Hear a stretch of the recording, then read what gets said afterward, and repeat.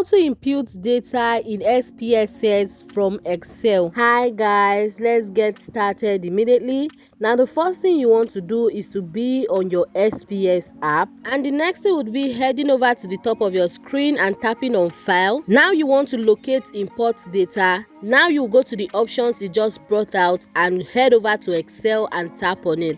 Now over here you get to see your Excel files. Now just in case the location of your Excel files is not on download like mine, you can go to the drop down menu there and search for the location of your Excel file. Now the next thing is to tap on the file you want to upload into SPSS, and then you want to click on open.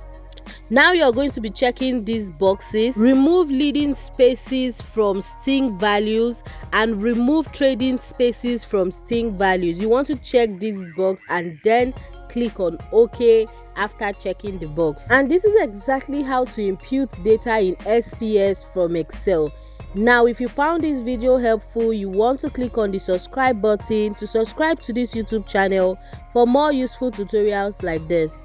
Now I will see you in my next video. Bye.